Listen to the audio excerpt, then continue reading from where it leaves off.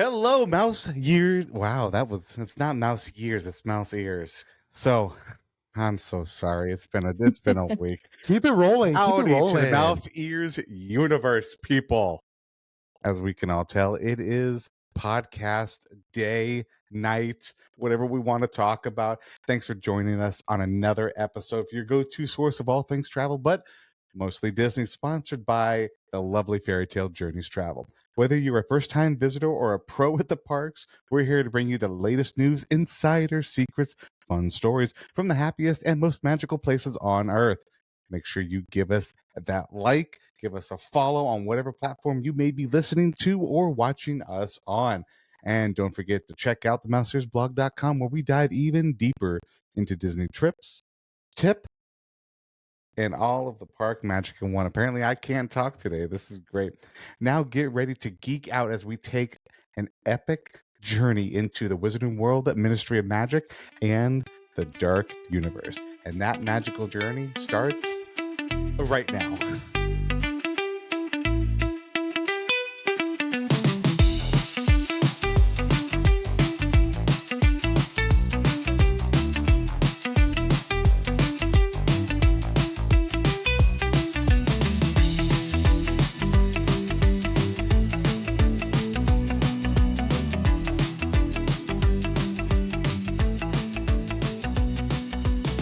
Hello.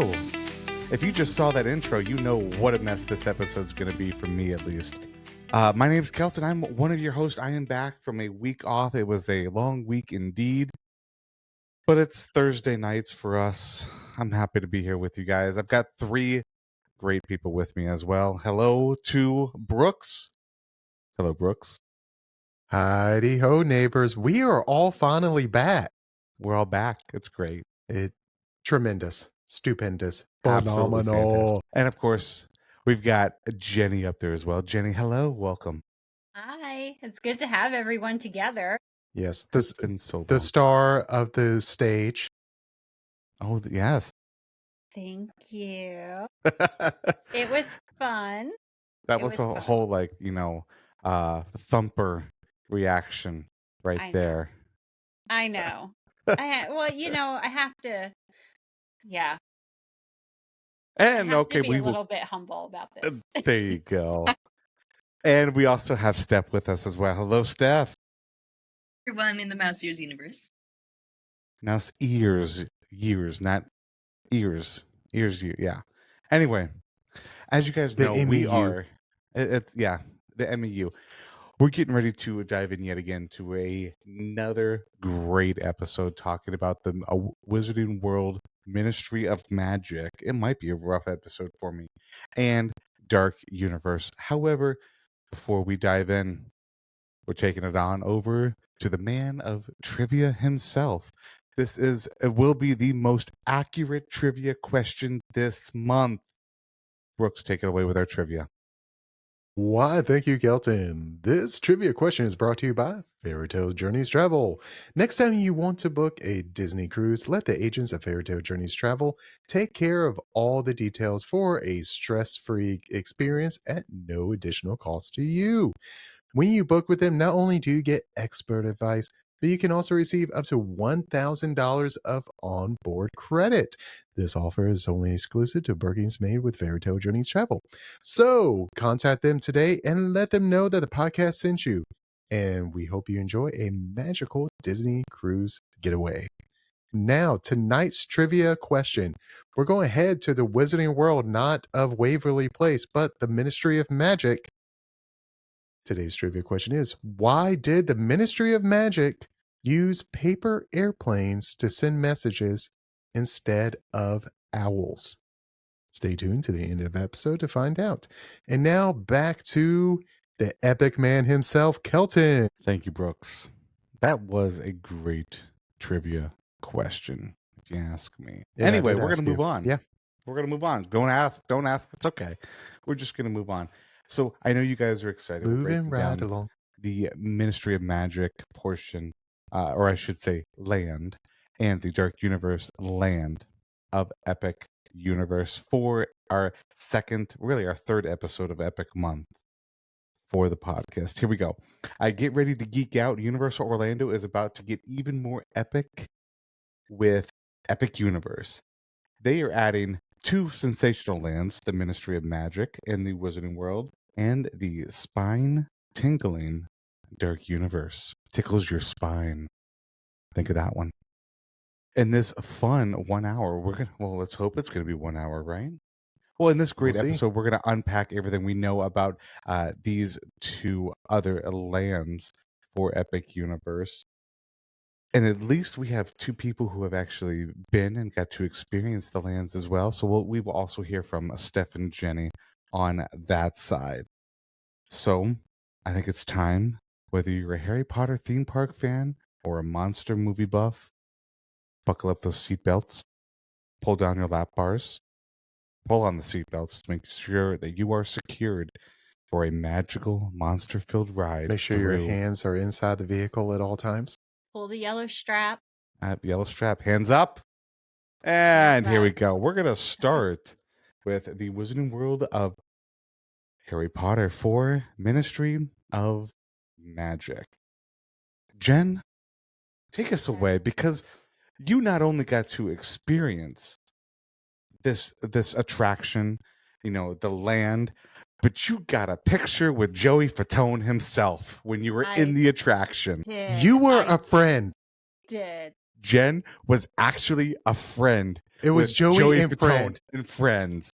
I was the friend. Would you say it was epic? It was epic. That was epic. He's a lot of fun. He does break out into song. He and his family just break out into song randomly. Isn't he a theater kid?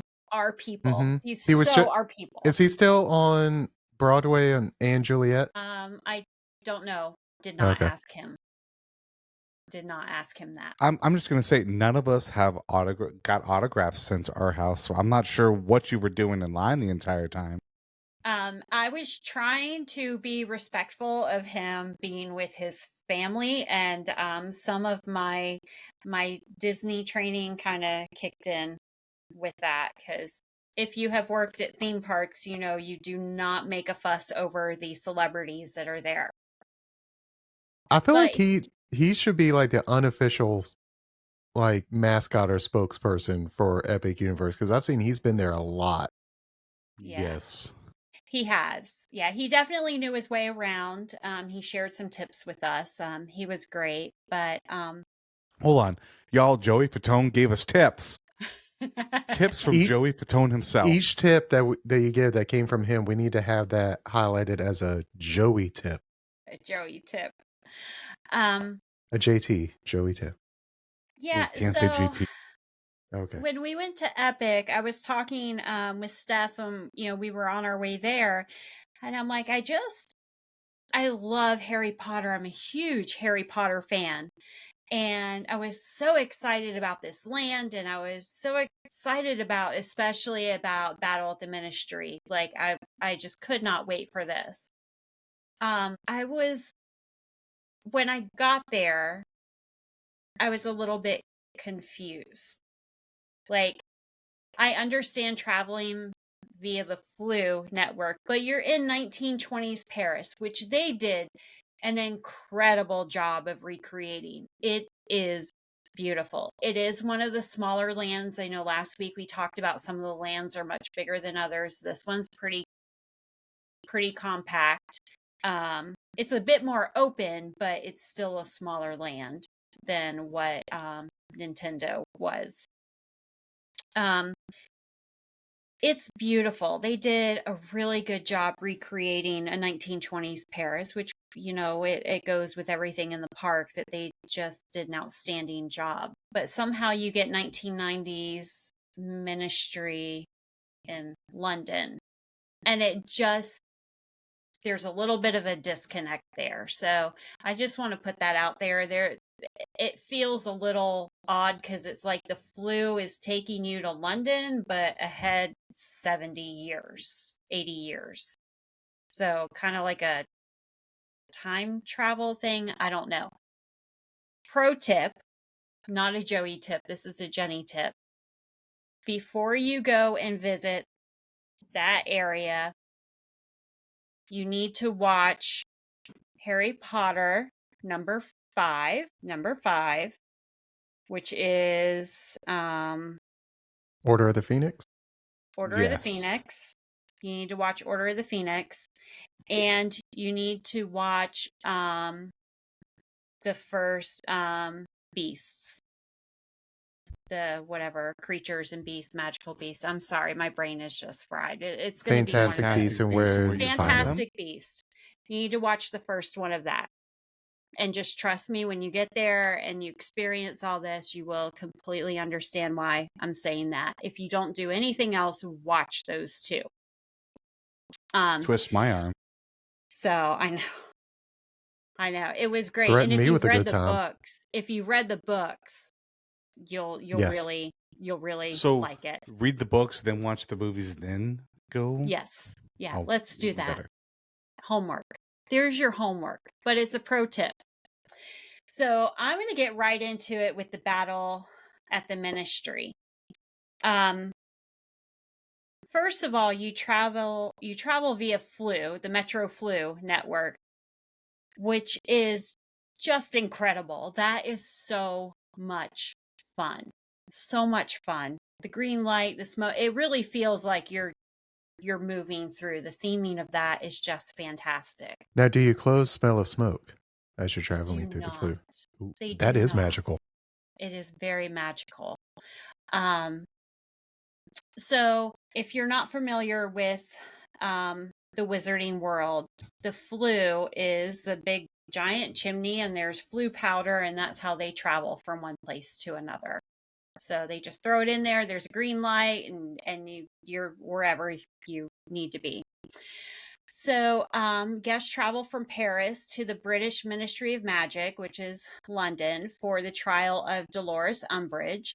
And then upon arrival, you walk in, and I cried, y'all. I cried. You walk into the Ministry of Magic, and it is the most spectacular thing I think that I've seen. It was just breathtaking. I did a video call with Steph and the girls, and I'm all like, this is so beautiful. There's the statues, and there's so many intricate details. The good thing about this, and you can wander all through there if you want, it's a huge area. The good thing about that is you don't have to ride the ride and to be able to go in and go through the Flu and see all of that. You don't have to do Battle at the Ministry, so you don't have to get in line to do that. You may have a little bit of a wait to go through the Flu, but you do not have to ride the ride to go through that part. So if you don't want to do the ride, you can go in and see Nice. that. So let's see. It's an omnidirectional lift, and you're witnessing the trial. I want you to think an elevator kind of like Tower of Terror. Much nicer. Way nicer. It's beautiful. It's beautiful. Tower Terror is beautiful. It's beautiful. I used to work there. I know it's beautiful, but not like this. This is all, I don't know. It's really pretty. It's really nice. But it's on an arm, and it can move all different directions. And I will not give anything away, but you move through the attraction. Now, they are using a virtual queue system, or a virtual line, and they are still having issues with that, which Steph, During previews, but yeah, by the yeah. time it opens, it should be hopefully smoother sailing. We Or no hope. virtual line. We don't know yet. We don't know yet, but if you're going and there is still a virtual line. Hey guys, big news, epic news that debuted from Universal since the time of this recording. So just popping it in right here. So we're talking about the Battle of the Ministry in this episode. Well, Universal has just announced that they will not be using a virtual queue anymore for the Battle of the Ministry ride. So that means It's first come, first serve. If you're ready to ride, get there early and queue up the old-fashioned way. During previous times have gotten up to over 300 minutes. I don't expect that to be that high as it gets closer to opening, but that get your wands ready. The battle awaits, and this time you're in control of your wait and queue. And hope you continue to enjoy this episode. Bye. Make sure you pay attention to the times that they're going to drop those. Sometimes they show up a little bit early. Sometimes they show up late. I know ours was about 10 minutes late before they dropped those. So I'm glad that I kept checking and refreshing to get that. And luckily we were, those to get that. This ride, it moves forward and backward and it tilts and you're going side to side. And it's like traveling in one of their elevators that goes all different ways. I don't want to give anything else away because it was really good. However, we did break down on it. So the first time when they called our time, we were eating lunch were we eating? I think we were eating. And they called our time and it went down. So they gave us a express pass specifically for that ride. So we went and got some moonshine and then, careful with that moonshine. And then we went back and we got in line and we were able to bypass the virtual line people because we had that pass. And we get on the ride and we're riding it. And I'm like, this is really good. This is really good. And about a third of the way through, we broke down. Not only did we break down, we were at an angle like this. So we were stuck hanging like this for a good 15, 20 minutes before they were able to get things up. And then we went through the rest of the ride without any of the screens, without the animatronics working. And it was a bit terrifying because you couldn't really tell which way you were going to be moving and everything was dark. It was a little bit terrifying. It kind of ruined the ride a little bit for me because now I've got that experience. I didn't really get to experience the full thing the first time around. So then they gave us another express pass, and it was a hard ticket express pass that was basically you broke down on it, you get to go, move through as fast as you can in the line. And when we went back through that's when we were standing in front of the big golden statues. And I looked over to the side and I'm like, that guy looks familiar. And I was like, oh my God. I went to Brian. I'm like, do not look behind you, but Joey Fatone is getting behind us in line. He's like, what? And I'm like, don't look, but it's Joey Fatone. And I don't think it really Don't dawned look. on Why aren't you looking? I'm like, don't look. I don't want to cause attention. Well, Joey, I don't know if it's just a celebrity thing. I've seen other celebrities do it, but he kind of not wedged himself, but moved to where we were kind of blocking him just a little bit. He felt safe. I hope so. But I think that a lot of celebrities will do this unconsciously, just as a try to. They know how to block themselves. Yeah, they know how to block. So I was like this, and I just kind of leaned over and glanced at him, and I was like, "I'm surprised you're not being mobbed right now." And he said, well, sometimes I am and sometimes I'm not. And we kind of laughed. And he said, sometimes it's good and sometimes it's not so good. And so we kind of laughed and we made a little bit more room so he could wedge in a little more. So he was behind us in line for a good 20 minutes. So we were talking and I know. I'm like, I'm in line. I want to shake his hand. Thank you for everything you've done for us. Kudos to the way that you handled that first interaction. That was clever. I like it. Yeah. I was like, hi, I'm a huge fan, and draw attention to him. I was trying to not draw attention. Smooth operator. Should have just walked up and shake his hand like, we're really big fans. You know, Joey Fatone and friends. We see you all the time at Eat to the Beat. So we're looking forward to have you Yeah. back this year. Thank you. Yeah, I didn't even make it that far. I was so starstruck by him. He's super nice. His family is nice. His wife is really funny. Like we had a good time in line, but I was still trying to be respectful that he was there with his family. So, we also saw a few vloggers, Disney vloggers, or, vacation vloggers that are pretty big. And one of them, I'm a huge fan, and I did not go and introduce myself or ask her name or anything. She was obviously working and getting content. And I was like, if I do not ask for a picture with Jodie Fatone, I am going to regret this for the rest of my life. So, having been through the queue before, I knew that we were going to be coming up on an area where we were going to be way back against a wall, kind of in a corner.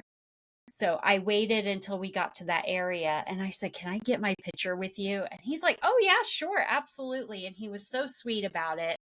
Um, so I got my picture with Joey Fatone, and he was wearing a Bowser shirt, and it was awesome. And he is really, really nice. We did split up when we got actually to the ride. Now, we were able to ride the ride that time, and it was really, really good. Really good. They did an excellent job with that. Um, I'm still a little bit, I think I would have enjoyed it more if I'd been able to get through it the first time all the way, because then it was kind of like, you know, I had seen stuff that wasn't working and it kind of ruined it a little. My experience is a little bit different. I won't talk about the preview incidents I went through, which was different than Jen's, but I was Yeah. able to get God on bless it. you. They made us sweat. But anyways, we were able to get on, I think it was like 20 or 30 minutes before the park closed. And Mike and I had a smile from ear to ear the entire ride. We were in complete awe by just how much they brought the movies Hmm. and the characters to life. Yeah. Yes, there's a lot of screens involved, but there's also these animatronics, and then it's still like you take the movie concept and your favorite characters, you create a brand new storyline without, it being super outlandish. It flows very well with, Hmm. the movie, but then you actually feel like you're there. It's just immersiveness to a whole other level. And I Yeah, think that the use of like this elevator vehicle was brilliant. it is. And I won't give more details because it I really know. is something that even if I were to explain it to you, you'd still be like, and when by the time you actually get there, Yeah. you'll be like, wow, like this is incredible. Um, but it was it my favorite ride in all of Epic Universe? No, it wasn't. Was it incredible? Yes, yes, it was. I mean, they did a phenomenal job either way. And I just love how much detail they put into everything from start to finish with the attraction. I'm talking that queue, and the whole thing's indoors, which is even better. So, The storytelling throughout the mhm. queue and then through the ride is just seamless, just so incredible. Yeah, I don't want to give any of it away, but there is one spot we got to that I was like, "Oh my gosh. Like this is so amazing." But yeah, I think you're muted. Kelton, you're muted. I hate when that happens. And that's how I won $1 million. I mean, that's just the secret to winning the lottery. But Man, so so both y'all got to ride and go through uh the Battle of the Ministry, which I can't wait to get on, or at least, one day when Brooks and I get there, we will get there. But Yes. now, did you guys get to see the other, I don't know if you want to call it attraction, show that is also in. You guys did not. It was But hold not on. running Hold on. when I was Before there. we get to, I know we spent a lot of time on Battle of the Ministry or at the Ministry, but for the sake of just explaining it, Jen, do you or anyone else want to kind of read the little description of like the storyline that is the Battle of the Ministry? Sure. I mean, I can if you would Go like me for to, it. real quick. Okay. Go Yeah. for it. So, with the Metro Flu, a unique mode of wizarding transport inspired by the iconic Flu network from the films, guests will travel from Paris to the British Ministry of Magic for the trial of Dolores Umbridge. Upon arrival, they enter the ministry's grand atrium and explore various departments before boarding magical omnidirectional lifts to witness the trial. The event takes a dramatic turn when Umbridge attempts to escape, prompting guests to join Harry Potter, Ron Weasley, Hermione Granger, and a house elf named Higgledy. Did I pronounce that right? I don't Higley? know. Hig. I don't know. We're Anyway, gonna go with it. join a We're house just gonna go with it. elf named Higgles in a thrilling chase. This high stakes pursuit moves up, down, forward, backwards, sideways, and more throughout the ministry. I guess dodge attacks from Death Eaters and creatures along the way. Yeah. I can't wait to meet Higgles. Senor Higgles. You You will like her. you actually see her in the queue is when Yeah. you first get introduced to her before the actual attraction, which is Pay attention to what she's saying also, because we did not the first time. Yeah. A little Pay tip attention to from what she's Jenny. saying. I mean, I would give her a sock if I could. That's good. So Okay. moving on to the I guess to the second attraction, a show for Le Cirque Arcanus. would that I be do Cirque, like not- Cirque du Soleil? You know, Cirque. like Cirque Le Cirque. Le Cirque. Cirque Arcanus. show. Oui, oui. Oui, oui. Oui, oui. I do not speak French. And Half of these I am not even going to attempt. It'll be a blooper reel petit. unlike anyone has ever seen. But the circus area, that show was not running when we were there, so we did not get to see it. Same here. However, I'm going to skip ahead a little bit. There were a lot of there were some street performers. There were characters just kind of walking around in wizarding garb, like they were, part of kind of the atmosphere. We saw this kind of like horn trio. It was a trumpet, a trombone, and Clarinet. I think it was a saxophone. I'm not sure what it was. I have video of it, but they were amazing. So there's a lot of street atmosphere in that area that is great, but we were not able to see the show.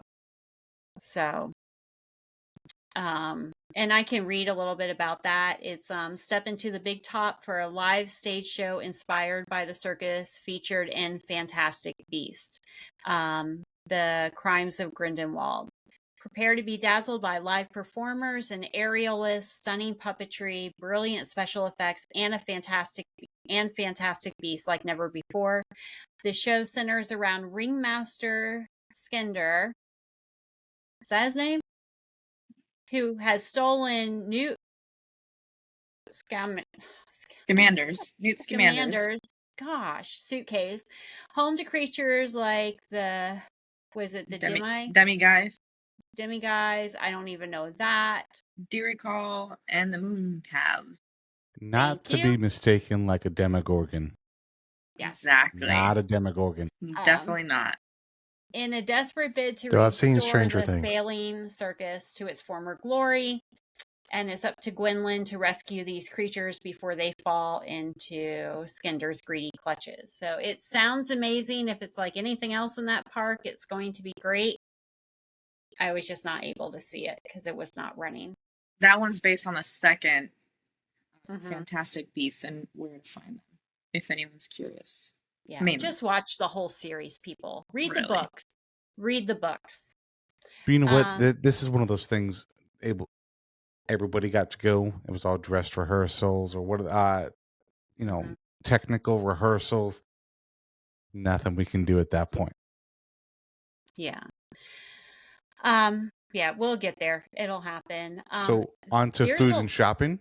Food and Or- shopping. Now, let me tell you, there is some seriously good food in this area. I'm not even going to try to pronounce this name. We're going to call it the cafe. It is a The Air beautiful Cafe. restaurant. Everybody's gonna know what the cafe is when you talk about it, I think. Yeah, the cafe is amazing. It has all this carved marble. There's fantastic beasts. There are hidden, like little hidden things that we won't talk about from down the road. We might there tell you were- where to find them. Where to find them, yes. There were they have like French sandwiches, but the portions are really big. Again, it is what you would consider a quick service, but you go to your table, you order on the app, and they bring it out to you. So again, It looks like a restaurant, though. It's elegant and nice. Nice. It is beautiful. It also, if you go back down to the back wall, if you can find a table by the back wall right before you go outside to the little courtyard, there are outlets. And they There's have seating outlets. outside. So if you like Yeah, people they- watching, you Yeah, can the sit seating outside outside, like an actual Parisian restaurant. Yeah. It's nice. Brian had his first butterbeer there. And it's so- known for its famous butterbeer crepe, which Yes. I'm sad I didn't get to try. But it was we did not pretty get to packed try every that time I either. went. So I do have one question. Brian's first butterbeer, was it a frozen one or just the normal No, regular we liquid? went with the original because it was his first. We went with the original. Gotta go OG. We went with the OG, so when we go back, he will be having all of the butterbeer stuff. And I was going to say, thoughts? So good. So good. Good job, Brian. So good. What? So good job, Brian. Yeah, Yeah. good job. Yeah. They also have a really good lavender lemonade. Like, that was really good, the lavender lemonade. So there's also the Goblet Place. I don't know. We did not get to go in there. That place was packed. We did not go in there. And Back Goblet for Noir. Slytherins, probably. Yeah. Goblet Noir. Gosh darn I'm telling you, I'm Slytherins. not even going to attempt these names. Goblet Noir. We all can do the next one. You see, I thought that one was actually like a quick service. It's predominantly drinks. I mean, yes, can you get a couple bites and stuff? Yes. But when I went, yeah, it wasn't what I expected. But it's very dark and eerie like you would expect for Dark Wizards. Slytherins. Mm-hmm. Yeah. Now, the next place is when you walk in, you go to the right and you go all the way down. Bar Moonshine. Yes, sir. Let's do it. Y'all. Now, that's from Y'all. Southern Paris. Yes. Brian had a little, and I mean a little drink. And after a few sips, he looked at me and his eyes were big and he said, "This is the strongest drink I've ever had in my life." I was going to say that a little can go a long way. They Don't mess probably with moonshine. they probably By the brew end that of up that in drink, southern Georgia. Yeah. he was feeling it. I don't know what they're putting in that. Some How kind much of was it? magic. What? How much drink? was the drink? I think it was like $15. That's pretty good for a I think theme it park was somewhere beverage. around there. I would have to go and look. I think it was somewhere around there. I don't know. I got, and it tasted like grape. It wasn't grape, but it tasted like grape. But the one that you can put the packet in and it's fizzy and it gets all sparkly. It changes colors. It changes colors and Oh, it's that's beautiful. cool. Yeah, it was nice. And that one they do have non-alcoholic options there. Oh, good. So Brooks, you can drink with us. yeah. Go to Bar Moonshine. So, but it's a little watering hole. It's a little place. It is awesome. There's also some carts there, like butterbeer carts. They only mention one, but I'm almost positive that I saw two options there. So, I don't know if maybe that was like a preview thing, but the day that I was there, there was a second cart that was like further down. There's a lot of photo opportunities in this area. Also, down by the Bar Moonshine, there is some shade. So keep that in mind. There's, I think, in every land other than How to Train Your Dragon, there's little areas that you can get to that have shade. So overall, the park is very sunny. The trees aren't fully grown and all that, but you just brought a point that I hadn't noticed until just now. There are outside seating areas in Nintendo. There are outside seating scattered throughout Celestial, but obviously there's no shade. Yeah. I don't recall any outside seating that's not attached to like a dining of sorts at Dark Universe, which we'll talk about. There's really not there's not outdoor seating that's not attached to a dining or anything at Ministry. Is there? Maybe one bench. And then they have a few benches scattered about in Isle of Burke, but it's part of that atmosphere with like the wooden carvings of dragons. Now that I'm thinking about it out loud. Yeah. Food for thought. Food for thought. Shopping, they have a great little candy area. It's like Sweet Treats, Rimmel. They just came out with cakes today, like specialty cake God bless us desserts all. that I saw That a place blogger was post. beautiful. That place was beautiful. K. Rimmel. K. Rimmel. There's the general Harry Potter type stuff. There's also a really cool the Metro Flu gift shop is there. Totally. Tour Flu? I don't know. And then there is a place where you can get a wand, and that was a really, really cool place. It was different from like if you were going to walk into Ollivander's. So it's based on the store from Fantastic Beasts. So, but it was really cool. Lots of wand options, hint, hint.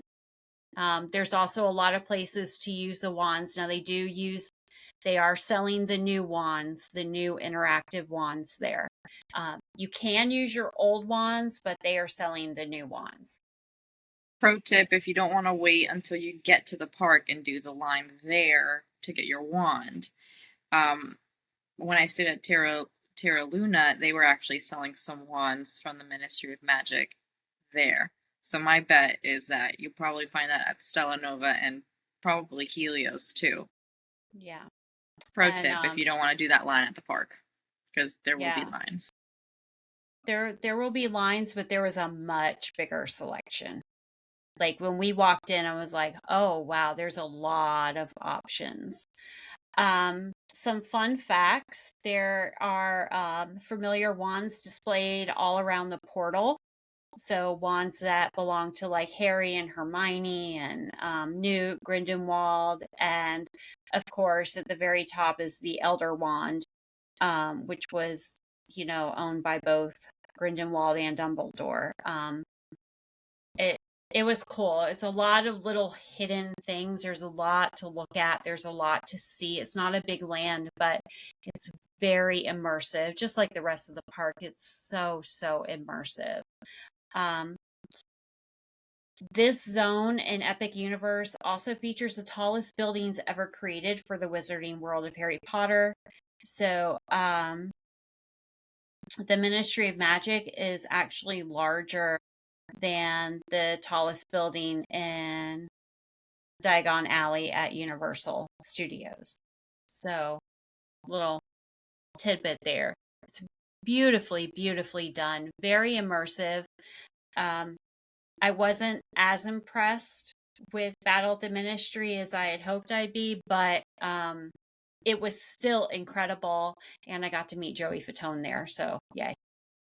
I mean, I that did would want make to. it the most impressive ride of all, meeting Joey. Yeah. I Did he did want have a to. tip? Did he have a tip for Ministry of Magic? So, one of his tips for Ministry of Magic was to pay attention to what the house elf was Okay. saying. Hmm. I made a comment Yeah. that I was like, I didn't even realize that she was like telling a story that was going to set up the rest of this. And he's like, "Oh no, you got to watch this." Um and he said, what was the other one? I'm sorry, he had another tip for nighttime, but for the life of me, I cannot remember what it is. That's But he okay. had another Joey tip. Well, I do want to say two things about the Harry Potter world. One, again, emphasizing that they're kind of like Nintendo World had a lot of interactive areas. And just, magical creatures and a lot of the windows. Because, again, you're looking at Paris, 1920 Paris buildings and a lot of windows like shops and stuff, even if the shops aren't open because they're not actually shops, they're just decorations.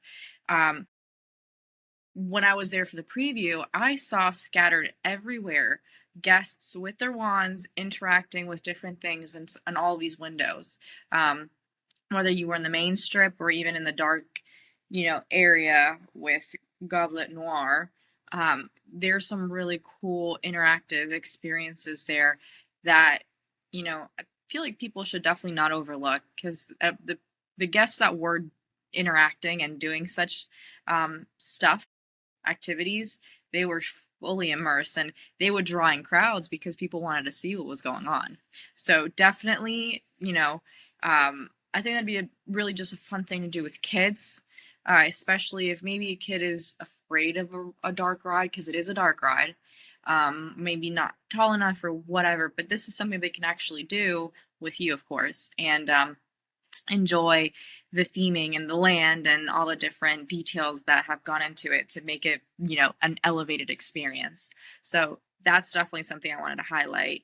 The second thing I wanted to highlight, which I thought this was absolutely just darling, if you end up going to the bathrooms at Ministry of Magic, that area, they actually have the bathroom signs as wizards. Yes. So you've got like the family bathroom's got all family wizards. You've got the male wizard, you get the female wizard, which is really cute. Just like these little details that just like you're like, oh, look at that! You get so stoked about it.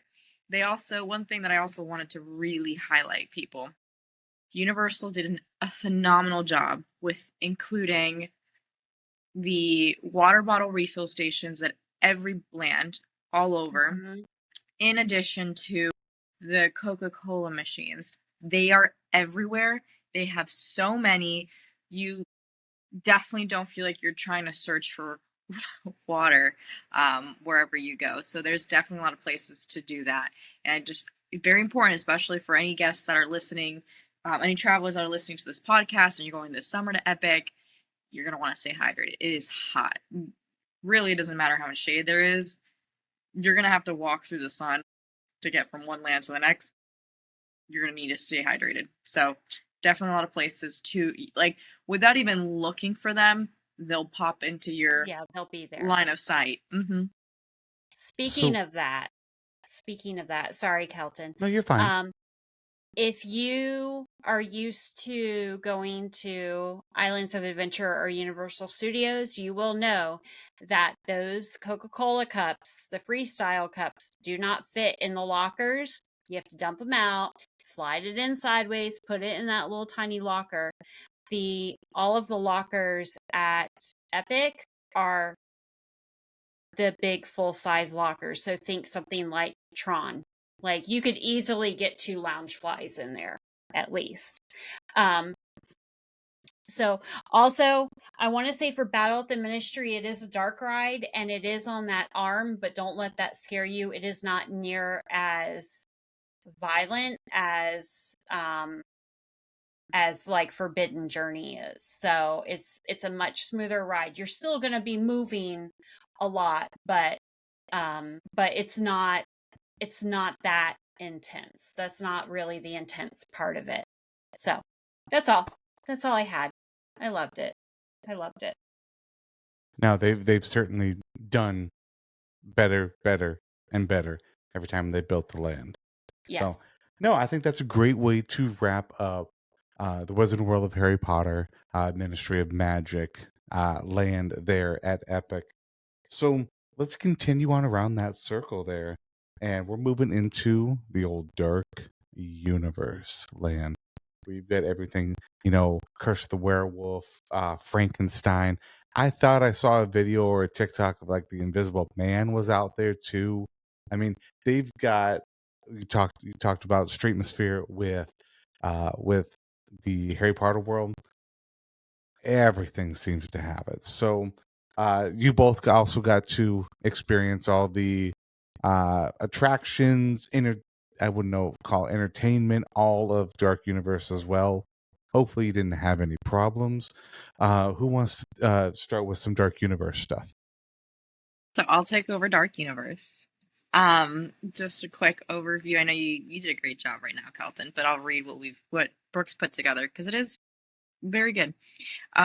So at Dark Universe at Epic Universe, guests can step into Universal's monster-filled world. Discover 2 new thrill rides, Monsters Unchained, The Frankenstein Experiment. Yes, that's a long name. I didn't choose it. Ugh. Whatever, we're going to call it Monsters Unchained. And Curse of the Werewolf. These are, you can also experience creepy character encounters with classical Universal monsters and new ones too, and also experience spooky eats. For example, fans can dine at Das Steakhouse, a vampire-themed quick-service spot where the menu features kebabs, burgers, sandwiches, and more. This gothic land is a playground for fright fans of all ages. So we're going to focus first on the attractions because obviously this is, where a lot of the focus and the pull, the draw of people is going to be. And that's going to be Monsters Unchained, The Frankenstein Experiment, and Curse of the Werewolf. We're going to start with the big one. That's Monsters Unchained because this one is located inside Darkmoor Manor or Castle. I think it's the Darkmoor Manor. You kind of get that ooh and the ah feeling when you first go into the Harry Potter castle over in Islands of Adventure to go into that attraction. Similar feel as far as you're walking into this castle and you're like, oh my gosh, this thing is larger than life. Creepy and cool. And so I went actually on this attraction during the day and at night. The facade is still the same. At night you'll have some extra lighting. I was going to say I've heard and seen pictures. The lighting is wow. Yeah, it's immersive. It definitely, it's not gonna be a very lit up land like Super Nintendo World, where it's lit up at night. But Dark Universe is not. You've got the eerie, spooky lights, dark lights, black lights, purple lights. Little spotlights here and there. But anyways, you go in, and this is a ride where you do have the opportunity to either go regular standby queue, single rider lane, or express pass. Now, the first time I went on it, we did single rider. And because it said it was like 80 something minutes, and we're like, nope, not doing that. so what would have been like an 85 or so minute wait ended up being just a 10-minute wait as a single rider. So you go in and you're actually you cut most of the line because you actually have a separate area for your lockers if you're a single rider, and then you have like a back entrance next to the gift shop at the exit of the ride, and then they kind of dump you in and mesh you into the rest of the people in the queue. So the first time around, I didn't really get to see much of the queue. It's dark, it's stony, so this particular attraction, what is it about? Let's start there. I should have done that from the beginning. Venture deep into Frankenstein Manor, where Dr. Victoria Frankenstein continues her family's experiments attempting to harness the power of these iconic monsters. But beware, her control falters and Dracula breaks free, unleashing a torrent of monstrous fury. I had no idea what the storyline was when I did this the first time around, so I figured Frankenstein was going to be in it. So, when I'm doing the queue and I don't see a lot of the pieces to it, because I get a very short version, and I see, like, Dracula's coffin open, and you're like, ooh, that's cool, But eventually, you go into the boarding of the attraction.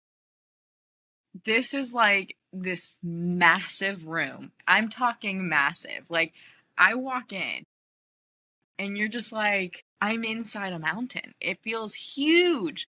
And right in front of you, it's this like magic carpet style conveyor belt that's moving the attraction ride, a vehicle.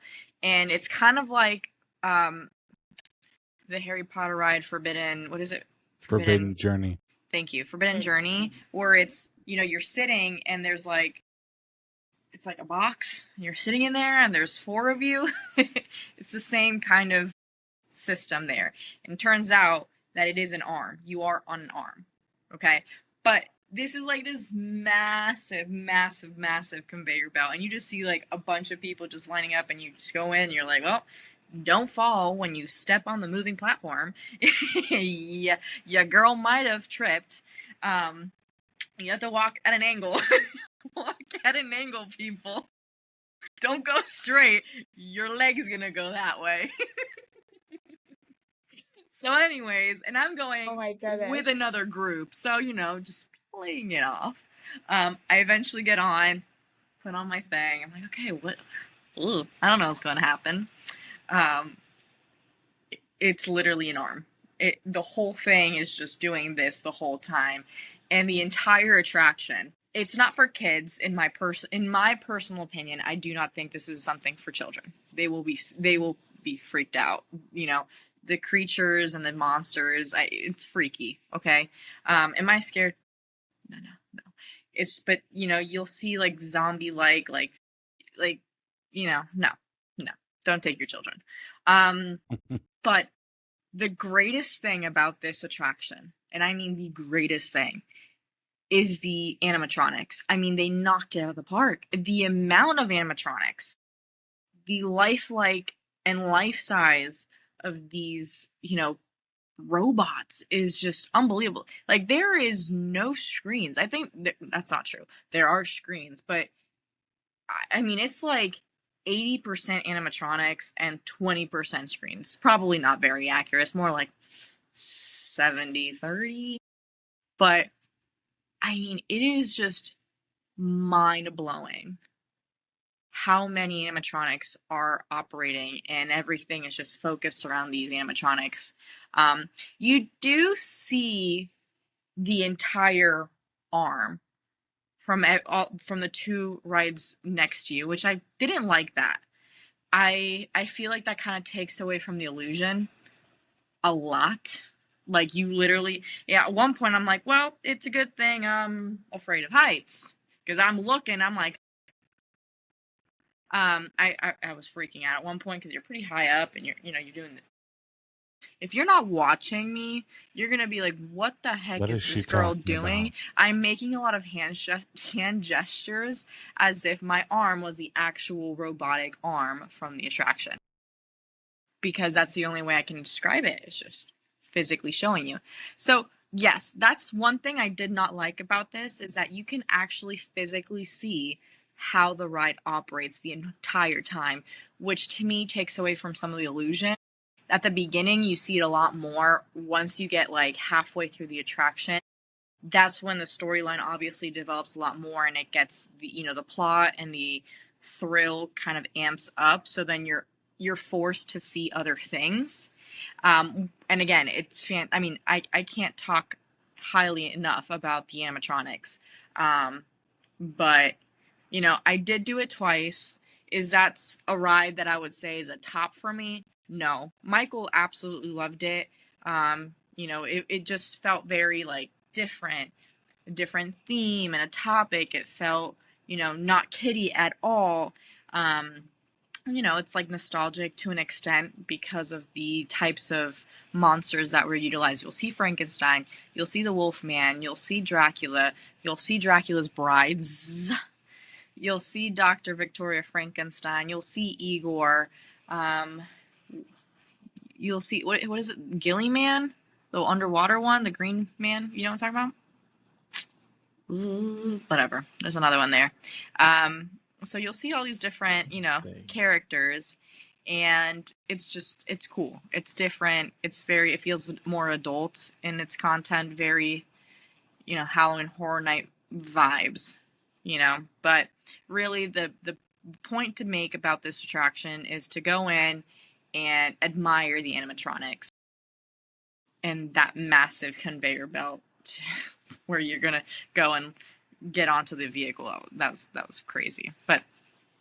And then you see, oh my gosh, I forgot to say. So when you get on, you're facing where you came from, and there's like this massive like middle torch down the middle. It's not even a torch. It's like this whatever lightning rod thing, and you're seeing lightning bolts just going all over the place. Oh, it's so cool. Like you're like, oh, this is gonna be crazy. But yeah, so that is Monsters Unchained, the Frankenstein Experiment.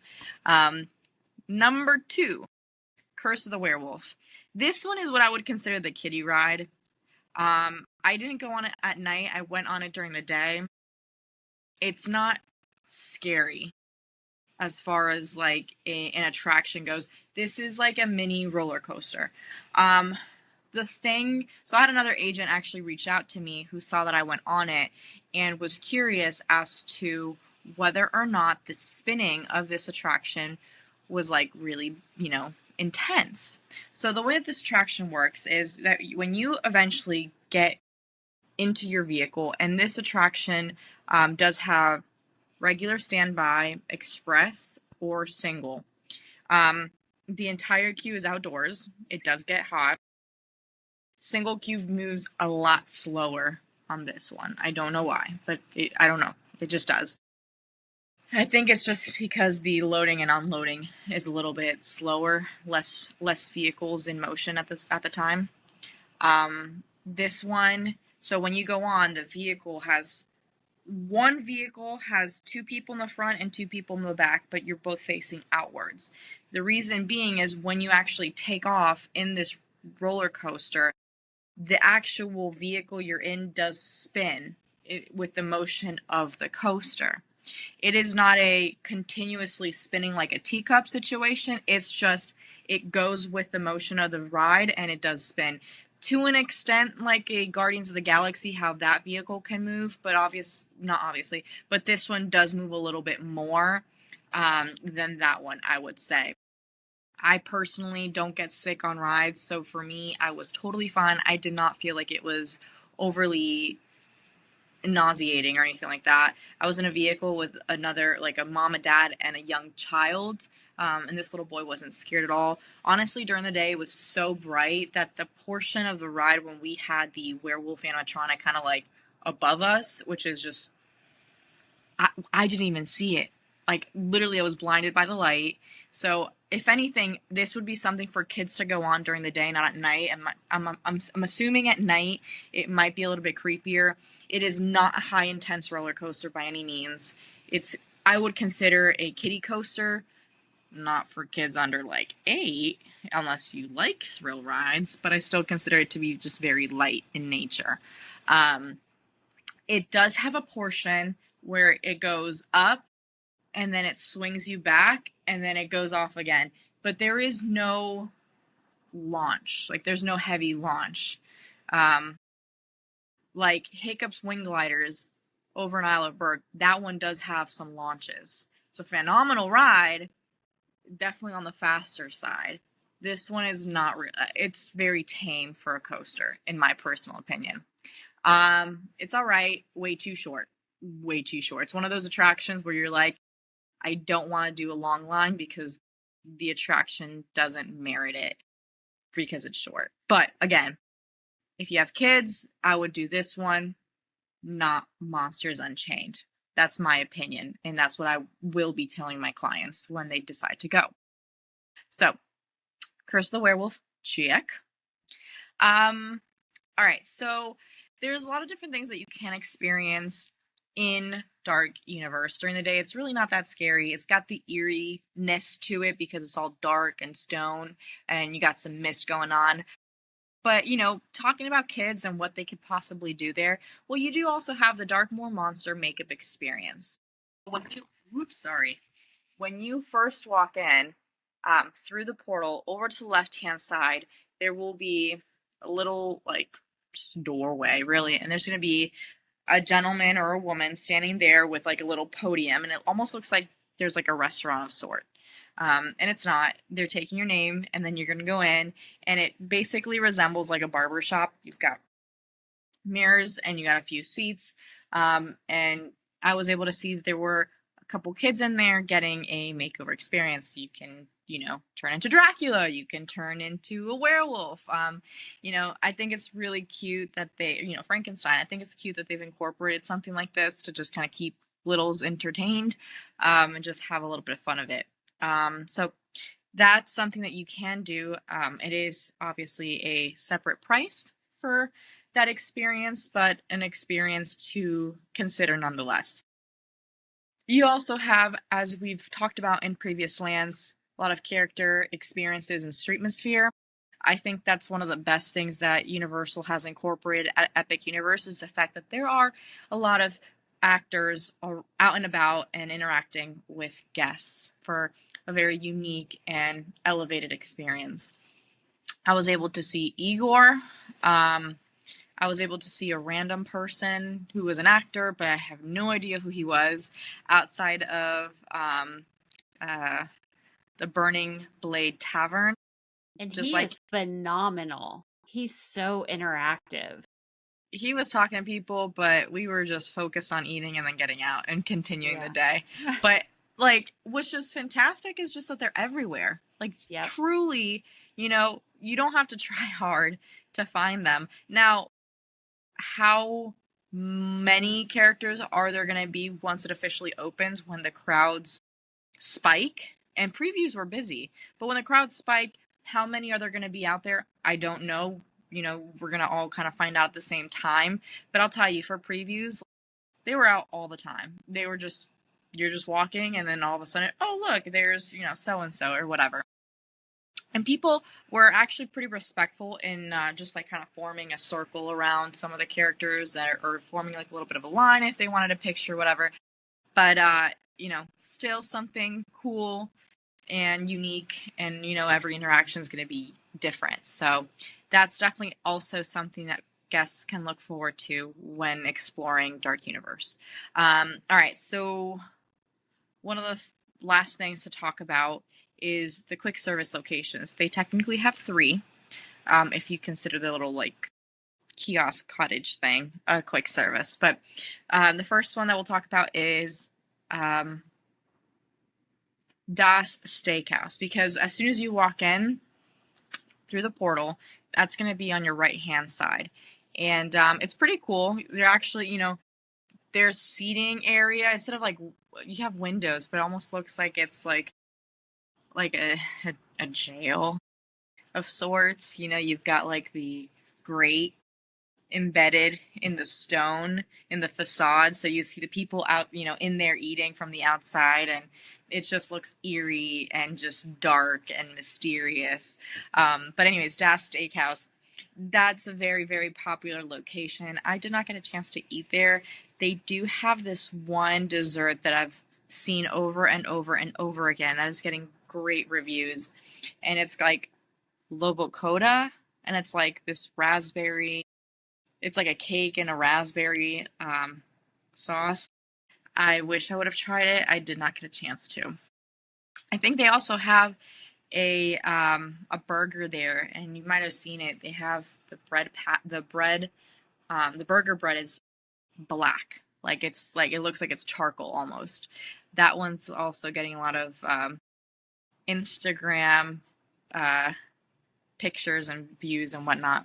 So that's Das Steakhouse. Arguably, that's the largest quick service location at Dark Universe, because eventually I made my way over to the Burning Blade Tavern. Now, when I went, the blade, you'll see the windmill that turns on fire. It's not on the whole time when I went. It kind of like turned on. It's always like spinning, but it turned on with some flames for a little bit, then it turned off. So it was like it kind of reminded me of the dragon over in Universal Studios in the Harry Potter world there, where it just shot out for a bit and then it just whatever.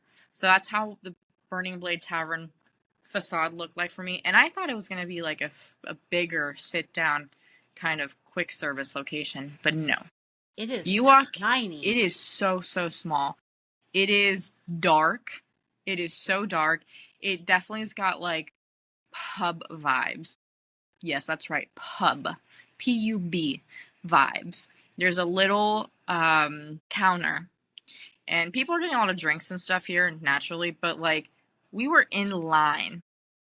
It was packed, and we were trying to see if we could find seating anywhere, and it was just people are also trying to like be in there and step away from the sun and the heat, but it's crammed, it's small, it is not what I expected.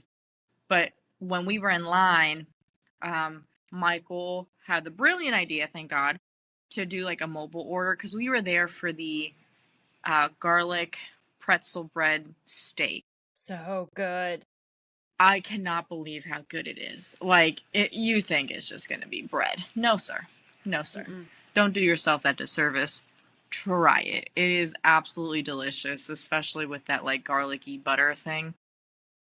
No, I would pay for it again. It was a lot better. It was not dry.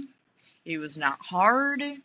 It was just great. It really was just like a great snack. Pack your gum, pack your mints, but it was great.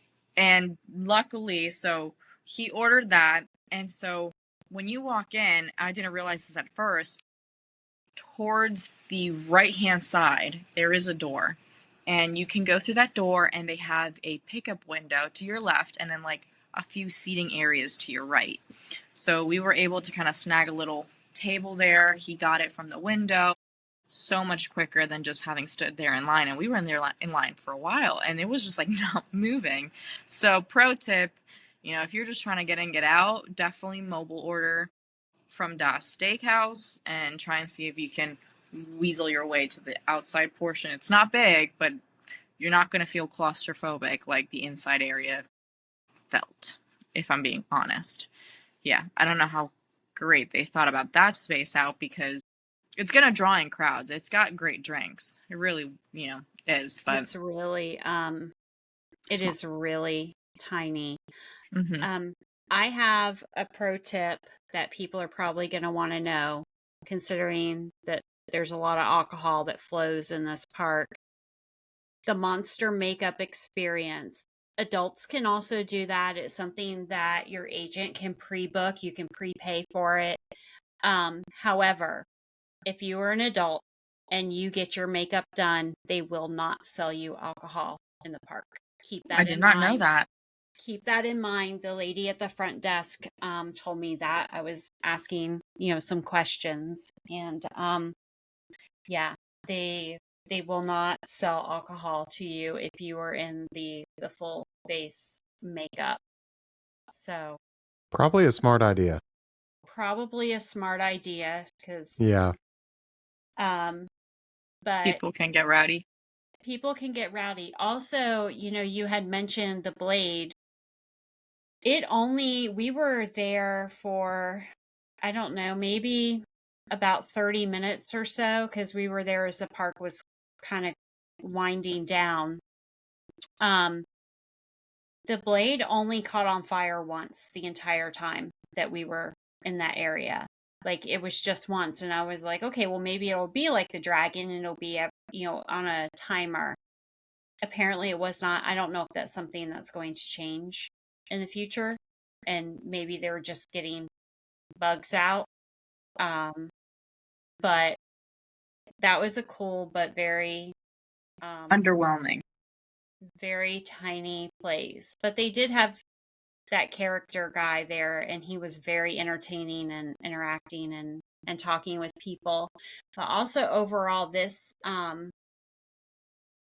land is dark and spooky, and there's fog and that kind of stuff, but the sounds, and I know I talked about the sounds in the last episode, the sounds, the creaking and it is so good. Like I just got goosebumps because it's very eerie. It's like if you walked into a haunted house and where everything creaked and groaned, and just the sounds of that area Well, are even just walking through the portal and then you see like the purple screen as you're being transported, and then you have bolts, right? You have electricity and you hear the electricity crackle as you're going through the portal. So it's like, because the only portal that has like a tunnel of sorts where it's completely enclosed is Nintendo World. The other ones, it's like an archway and you just kind of go through it.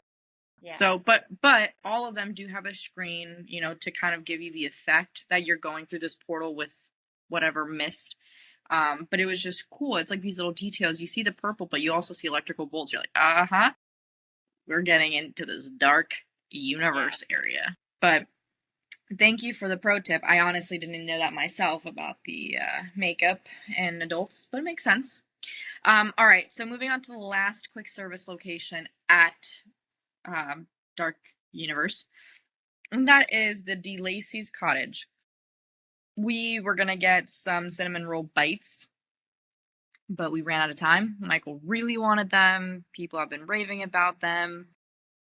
This quick service spot is named after the family observed by the monster in Mary Shelley's novel Frankenstein. Here, guests can find a variety of snacks and cool treats like cinnamon bread, ice cream, twisted taters, and more. It literally looks like a little cottage. It's small. It's a window. It's not something that you go in and sit down. So you order from the window, like a little kiosk of sorts, and then you kind of go on your merry way. So definitely a grab and go food location.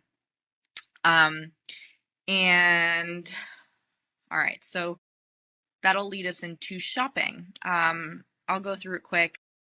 Honestly, the shopping is kind of standard across all the worlds. You're going to have merchandise catered to that world and the characters that you're going to see that are pronounced there. So here at Dark Universe, you've got Pretorius Scientific Oddities, which bring a piece of the eternal world of the Dark Universe home with where you can bring a piece of the eternal world of Dark Universe home with you. You can select from an array of commemorative merchandise and mementos. You got a lot of the characters, you got a lot of cute stuff, you got a lot of scary stuff, you got clothing, you got plushes, you've got mugs, you've got cups, you've got keychains, the works. The Manor Storehouse, located at the exit of Monsters Unchained, the Frankenstein Experiment. This shop is themed as a storage area filled with artifacts and oddities gathered by the Frankenstein family's assistants, offering guests a unique shopping experience. This one's a little bit bigger. It's definitely something that gets crowded because everyone's kind of roaming around and filing in there after the ride ends. And this is also where guests can kind of jump in. Single guests get their single lockers. So I don't recall. Remember, I did single line, so I don't remember if there's lockers for regular line guests, but I would assume they do if single line has it too. You can't bring your bag on that ride. You can bring your bag on your ride on Curse of the Werewolf. I forgot to mention that. We didn't have to drop our stuff anywhere for that one. Only for the Monsters Unchained. Anyways, that's the store at the exit, and then you have the Guild of Mystics. These wagons at the exit of Curse of the Werewolf offer souvenirs to commemorate your daring escape through the forest and away from the clutches of the werewolves. you'll get things like, a few clothing items, some charms, trinkets, jewelry, the works. Just like your typical little kiosk with a few, commemorative items. And then we'll wrap it up with some fun facts. There are over 6,500 different lighting elements that bring to life the rich stories of Darkmoor's history. Many fixtures were custom designed and fabricated to tell the Darkmoor stories of the vampires and scientists. Ooh, that's interesting. In this land, you'll discover remnants of caged monsters with decayed enclosures that once contained the Mole People, inspired by the 1956 Universal Monsters film. I will say when you walk into the universe, you actually see some sculptures. You'll see like a hidden tunnel with like a grate, and there's like smoke coming out, and there's some noises. You think something's gonna pop, like you're literally expecting for something to pop out at you as soon as you walk in, like at Halloween Horror Nights. It does not happen, but you're anticipating that. You get the smoke effect and everything. Then you've got some coffins that are open that you can take some pictures in. You've got some spooky like skeletal statues as well, and then it's kind of like a little bend before you actually walk into the grandness that is Darkmoor. So the last fun fact is the Latin inscription on the well at the town's center translates to "Never forget that you exist by our will alone." No, but I didn't notice, like, yes, there is a fountain in Isle of Burke, and there's a fountain here in Dark Universe. Don't recall a fountain in Nintendo World. It's right outside. It's Mario. It's right outside. By the store, yes. Okay, so Yes. that one has, and then where's the one at Harry Potter? Do they have one? I don't recall. They have to, I would think. Yeah. I mean, I'm thinking it might be behind the statue that was the green female statue. It might be there. I have to go back in my pictures. But anyways, cool. Very cool. Now, we've gone through Dark Universe. We've gone through Harry Potter and the Ministry of Magic. Before we wrap up this incredible segment, I do want to highlight and let everyone know that today, the day of this recording, May 15th, Universal did release their 2026 vacation packages. Now, the biggest thing about this is that, well, up until now, you could only purchase a one-day ticket to Epic Universe and no park hopper. Universal is completely revamping how they are creating their vacation packages for 2026. So what that actually means is instead of purchasing like a one-day ticket or doing like a, mentioning the different parks, now you're going to purchase whatever amount of days that you want to do the parks and keeping it at that. The only difference will be is whether or not you want to add in Volcano Bay or not. Now, another thing, Volcano Bay is going to be closed from October to March. So that's a pretty lengthy period where it's going to be unavailable. So the Volcano Bay Park is not going to be automatically included into these tickets. But let's say you wanted to purchase a 3-day ticket, not 3-park, 3-day ticket without Volcano Bay, for example. You'll be able to go to all 3 theme parks, Epic, Universal, and Islands of Adventure, or whatever configuration you want. Let's say you want to do 3 days of Epic Universe every single day. Yeah, you can now. You can now. So thank you, Universal, for changing these packages, making us travel agents happy and us guests also happy, because this is a game changer. So contact your favorite Fairy Tale Journeys travel agent and get those 2026 Universal vacation packages booked and take advantage of this fantastic, fantastic new program or package experience that they have now basically rolled out starting today. That is all. Yay. No, I think that's a great way to put it. Start planning for 2026. Yeah, So we're already, Halloween season's already around the corner. Yeah. well, yeah. And Christmas is right after that. So, I mean, could not have said it better myself. So we did have a trivia question back a little ways. Brooks, You gave us the trivia question. Why don't you end it? Yes, if you do not remember the trivia question, it was, why does the Ministry of Magic use paper airplanes to send messages instead of owls? Jenny, do you have a I know guess? this one. You I know know this one. I don't even need to guess. I don't need to look at the answer. I know this one. So, why? Because owls are very, very messy and leave little owl presents everywhere they go. I don't know what we can say and not say, but they leave evidence that they were there. It happens a lot on people's cars. And it got very disgustingly awful and yucky. And so they make a mess. Yes, that is correct. Unfortunately, the owls were incredibly messy. They left feathers and droppings all over the building, which must have been a pain for the custodians, even if they could use magic to clean it up. Because I imagine those were magic droppings as well. Yeah. So, Could you imagine being in like an elevator with one of them and, Confined Yeah. space. No. So I'll say this. When we were in the Ministry of Magic Grand Atrium, before getting into the actual line for the attraction, Michael looks up and he's like, I'd work in those offices. Because if you've seen the pictures, if you haven't been, or if you've been, maybe you notice or not. But on the sides of the atrium, so you got your main fountain in the middle, but on the sides, you actually have little offices all lit up along the sides. And they have all the details like of the office space and everything. And I'm like, that is so cool. Put me in one of those. I will happily plan trips from all my clients and while watching all these people ooze and ahs into the Ministry of Magic attraction. I mean, it is cool. But yeah, I didn't notice it until he pointed it out personally. But can you imagine all that shiny green tile filled so with shiny. droppings? That's why we use Good. paper airplane. Exactly. or we use paper. And on that note, Captain, take it away. Brooks, thanks for a great trivia question there.